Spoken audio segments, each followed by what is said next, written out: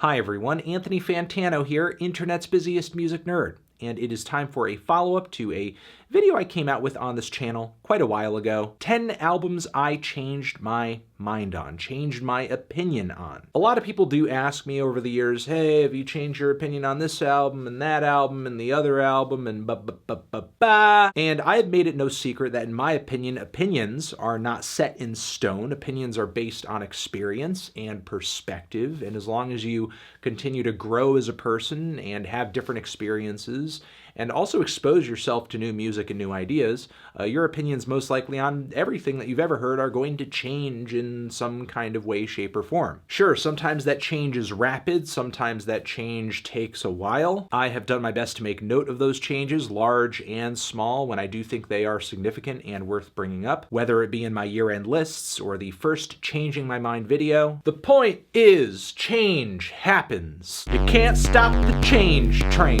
So here are 10 more albums I have effectively kind of changed my mind on. The first record I want to mention in this list is the Foo Fighters album Wasting Light, which in my original review of this album, I did give it a pretty favorable score. I did like the record, but I think in retrospect, I do enjoy the album a bit more now. Sure, there are some cuts on this thing that in the grander scheme of rock music may come off a bit mild. Not too hard, not too aggressive or anything like that, though I do appreciate that Foo Fighters did pack some really fiery and blistering tracks into this thing like White Limo. Amazing track, definitely one of the most head-busting Foo Fighters have ever done. But honestly, even on some of the more middle-of-the-road cuts on this thing, Foo Fighters pulled together some really good balladry. Dave Grohl's songwriting is just on frickin' point from front to back on this thing. While many fans may not see it as classic as the band's older material, I think Wasting Light over the years since it's been released has held up. And maybe this is another thing that's kind of impacted my view of this record, but the band's most recent two albums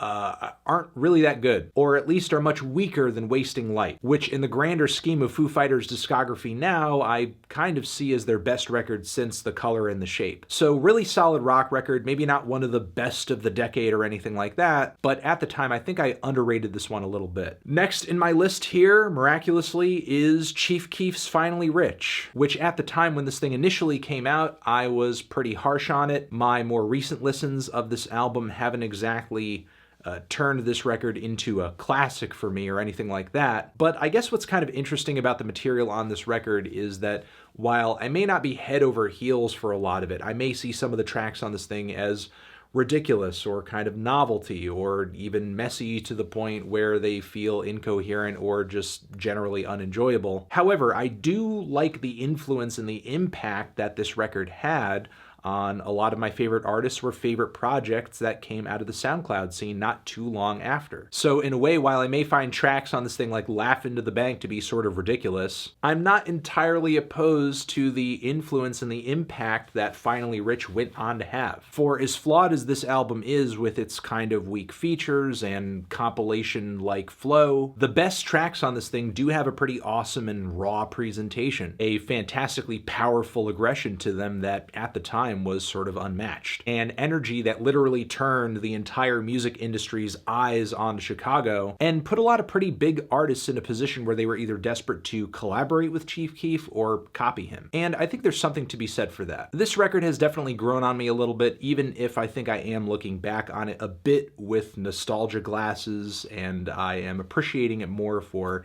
its influence than what it actually was. Next in my list over here is the JPEG Mafia project Black Ben Carson, which at the time I wasn't all that crazy about, even if I did appreciate the lane that Peggy was trying to carve for himself in the noisy industrial hip-hop lane. I admit to kind of sleeping a little bit on the dude at the time. As the year this record came out, it was kind of difficult filtering through all of the new faces and voices in this growing leg of the hip-hop genre. In my defense, though, Peggy has made quite a few improvements to his rapping, his songwriting, to his production in the transition from this project to his latest Veteran, which obviously is the record that kind of sparked my love for JPEG Mafia's work. Kind of the case for many other people as well. But now with having a better and a clearer picture of what JPEG Mafia is doing and trying to execute, I feel like it's easier to go back and look at Black Ben Carson and kind of overlook the stuff that's not necessarily connecting and see the artistic merit in it and see what Peggy is going for. In a way, my opinion changing on this project isn't too much unlike exactly what happened in my last video on this topic, with me enjoying Danny Brown's The Hybrid after being turned on and wowed by what he did on 30. And I think every music fan has been at a point in their lives where they've had that exact experience. You hear a certain album from a certain artist or group that's absolutely doing nothing for you, but then you go further into that artist's discography and then you find a project that you actually do love, and then immediately after that, everything else that artist has come out with, either it kind of clicks with you or you at least see a bit more value in it, most likely because you're coming into that record with a greater understanding of what that artist is doing and what about it you find appealing. But yes, in retrospect, I do enjoy JPEG Mafia's Black Ben Carson a lot more. This next project or mixtape sort of fits into that same lane, and it's actually Freddie Gibbs' Cold Day in Hell mixtape, which dropped much earlier this decade, around 2012. I remember enjoying at least a few tracks off of it, like the cut Rob Me a Friend. Rob Me a Friend. We'll leave it at that. But lately I've been going through Freddie's back catalog because I listened to that recent collaborative project he did with Spitta, and I've sort of been preparing for the new record he has coming out with Madlib. And going back through his old stuff, some of which I know I've heard before, you know, this Cold Day in Hell mixtape just started like hitting good, hitting different.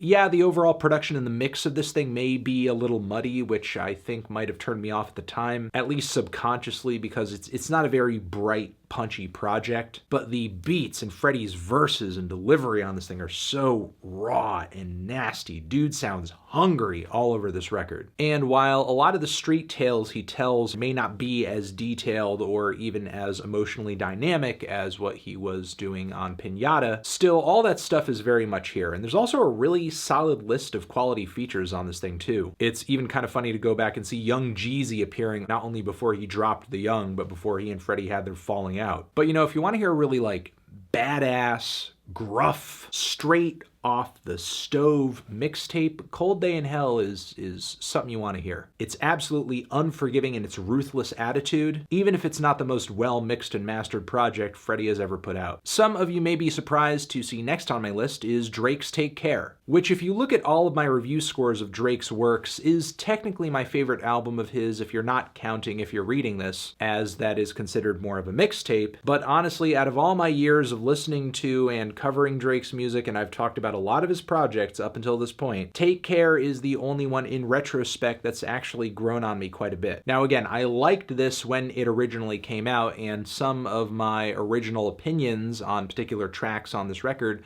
still stand to this day. Marvin's Room, I just think that track straight sucks. But there's some really good quality features on this thing, from Rick Ross to Kendrick to Rihanna. Also, the track headlines, along with a few others on here, are some of the best pop rap bangers of the decade. And I think over the years I've warmed up a lot more to Drake's singing voice than I originally was when I first reviewed this record. I'm not saying the album's suddenly become one of my favorite records of 2011 or anything. It's certainly not reaching the top of my year-end list anytime soon. But over the years, especially as Drake's latest material has gotten more and more mediocre, it's become pretty undebatable that Take Care is Drake's best studio album. And I think that's at least worth reflecting on. That's at least worth something. Especially since a good deal of the tracks on this thing, at least to my ears, sound better in retrospect. The next album or opinion I want to talk about in this list is one that's kind of dogged me since I originally put it out, and that is the Kendrick Lamar Damn review. There are loads of comments and messages and social media interactions that I see week in and week out that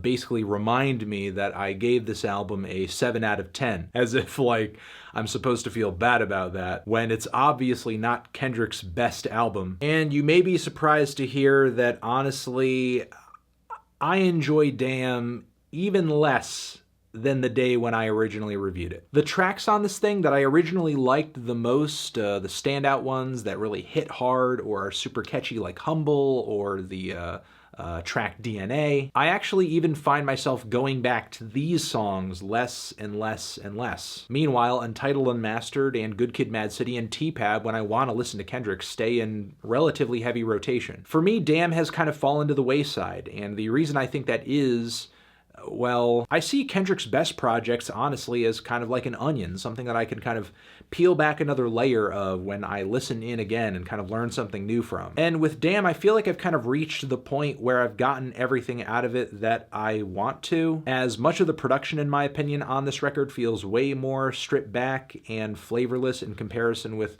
what's on Good Kid, Mad City, what's on To Pimp a Butterfly. I'm not really as desperate to eat up the instrumentals on this thing as I am on those projects. I still find tracks on this thing like Ya to be utterly boring. The song Love I still think is obnoxious. And Kendrick's vocals on God are maybe some of the worst he's laid to tape so far. Meanwhile, the bangers, the standout tracks, the ones that just kind of hit hard when I first heard them have sort of lost their flavor like chewing gum. And yes, of course there are tracks on this thing that are more mellow in tone and carry quite a bit of lyrical weight like Lust and Pride. Those tracks still do mean quite a bit to me, but they're not enough to keep the entire album afloat. Meanwhile, I find the U2 feature on the track Triple X in retrospect to just be obnoxious, as Bono is just like the epitome of fake woke. And overall, the narrative of this record, or the progression of all these songs, just feels kind of spotty. There were so many fans and critics hyping up this record around the time that I think assumed listening to this album more or giving it a little time would reveal this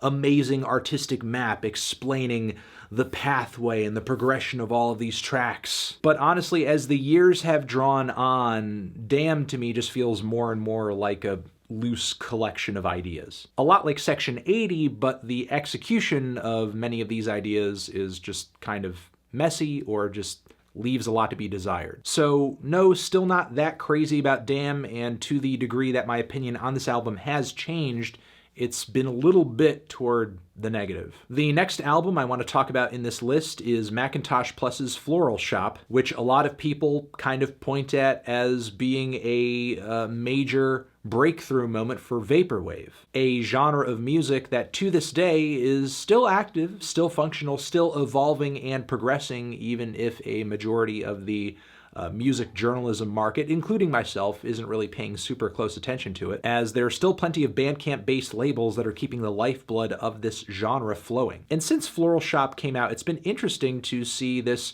new wave of vaporwave artists kind of take on the genre and incorporate elements of ambient music and pop and even trap. It's been actually exciting to see guys like George Clanton burst out of this scene, embracing the production aesthetics and the nostalgia of vaporwave, but then applying that to synth pop and applying that to shoegaze and applying that to alternative dance styles of the 90s. A lot of this would not be possible without this very basic, rudimentary, and kind of gimmicky entry point. Even though Floral Shop isn't the inception point technically for vaporwave itself, also it did take audiences quite a long time to realize this album even existed, but still you can't deny a great majority of the genre would not be here today without this album. And even though McIntosh Plus's or Vectroid's artistic concept or execution style on this record was pretty basic, maybe even to the point where it was kind of funny and obviously contributed to this album kind of becoming a meme. Still, I think if you look at this album with kind of a postmodern lens, I mean,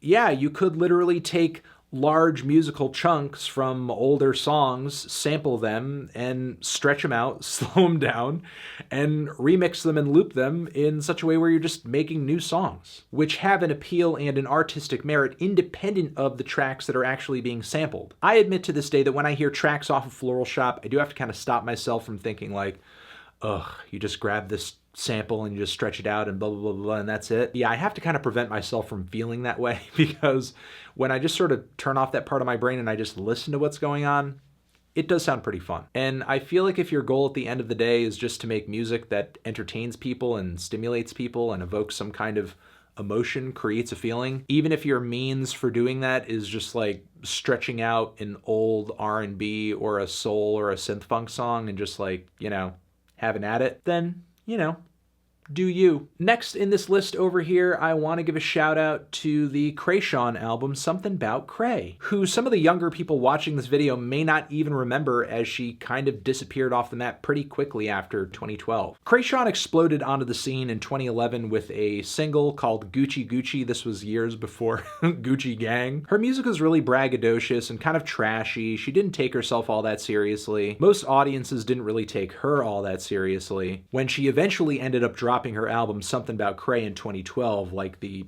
sales were absolutely dismal. However, though, in retrospect, there were a lot of fun, ridiculous bangers on there that I think make more sense in the current context of ridiculous bangers. And currently, I think we're in an artistic climate where you see so many new, refreshing female rappers coming up, where if Krayshawn had kind of hit today, maybe her career would have been a bit longer. I mean, sure, there were some aspects of Krayshawn's style that were kind of grating. One of the lead singles to her last record was literally a song about breakfast, and her entry into the spotlight did lead to some lasting headaches, like the popularity of V Nasty. But honestly, in an era of just kind of dumb, silly fun, Krayshawn's Something About Cray makes a lot more sense. And listening back to this album, there were actually some tracks that were kind of cutting edge and even predictive of the current state of pop rap and trap. The next record I want to talk about in this list is the Swans album My Father Will Guide Me Up a Rope to the Sky. This is the band's momentous return, their comeback album after having not released a studio record since the mid-90s with Soundtracks for the Blind. And I gave the record at the time a somewhat favorable review. I thought it was okay. And without question, My Father is still the least formidable of all of the studio albums Swans have released since coming back into the fold. But after hearing how the band has effectively built on a lot of the sounds and ideas from this record on The Seer, on To Be Kind, on The Glowing Man, it's kind of hard to go back and listen to this thing and not admire what Michael Gira and company are doing to some degree, as it would only get more epic and even better from here. I also remember at the drop of this album, I had a hard time taking it seriously because I saw a lot of what Michael Gira and company were doing as kind of like a takeoff of what he was doing previously with Angels of Light. And while in some respects that may be true, where he has progressed these sounds in the Swans discography in such a way that it kind of calls back and makes sense in the grander scheme of the band's catalog, it's nothing short of impressive and exciting. And My Father, while it may not be the best record the band has put out in this leg of their career, it is an essential part of that progression. You know, in comparison with these 2-hour-long records, My Father just kind of feels like a footnote. But still, there are quite a few tracks on this thing that, while they may not be as crushing or as dense or as heavy as many tracks off of To Be Kind, they've aged pretty well, like No Words, No Thoughts. So even if I may not have hyped this album up that much, and maybe fans across the board don't see My Father as grand an expression as everything else Swans have done this decade, do not entirely write this album off, because there is a lot of good material on it. And it is still a really interesting mix of experimental rock and post-rock and folk rock and post-punk, assembled together in a way that only Swans could. The last record that I want to mention on this list is probably the latest example of an album growing on me a little bit, and I did mention this in my year-end list as this record did place pretty high on it, and that is the Playboi Carti album Die Lit, which in terms of current day ad-lib heavy trap and pop rap, this thing is, I don't know, a one-of-a-kind experience. While it may not seem like a whole lot on the surface, Carti's use of repetition, ad-libs, subtly psychedelic instrumentals, it does create a kind of odd and even surreal experience. One that, for whatever reason, even though this album is as basic and as repetitive and sometimes as mind-numbing as it is, I just keep coming back to it. Some of the tracks on this thing are fantastically exciting and raw, like R.I.P., where Playboi Carti's weird, nasally baby voice, which I admired initially in my review, I just love even more now. It just hits in such a weird friggin' way. Meanwhile, tracks like Fell in Love feel like I'm floating on a trippy trap cloud. I just love in this incredibly aggressive and maximal moment in hip-hop, Playboi Carti has found appeal and true power in just playing it simple, not overloading his tracks with too much, and not sounding like he's desperate for anybody's attention. Because as basic as some of the musical and compositional ideas on this record may be, its aesthetics, its execution, there's something truly weird and artful about it that I just can't quite put my finger on, but also can't deny the existence of, and also can't get enough of. And I think I'm going to leave it at that. That has been 10 more albums I have essentially changed my opinion on quite a bit. Even if you have heard these albums, if it's been a while, I recommend that maybe you go back and try them out and see if your opinion on them has changed in any way significantly. And I guess I will see you guys the next time later down the road when I have maybe a few more albums that I have some updated comments on, I guess. Transition. I love you.